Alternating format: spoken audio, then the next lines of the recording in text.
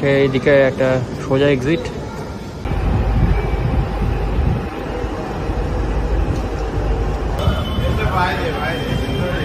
Fair chart বিমানবন্দর জয় Hind station থেকে বাকি স্টেশনের।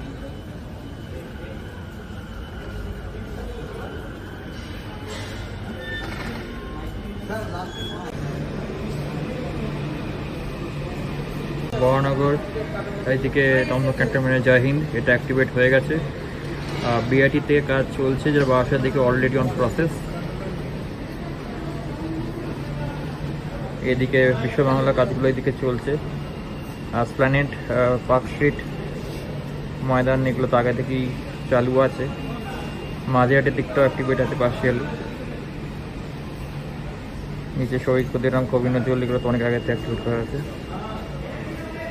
জোকা মেট্রো, যেটা একদমই লসের কথা বলতে গেলে। এদিকে হাওড়া ময়দান, মহাকারণ, যেটা জুড়ে দেওয়া হয়েছে রিসেন্টলি, আর শনিবার থেকে অপারেশন হয়ে গেছে। দমদম ক্যান্টনমেন্ট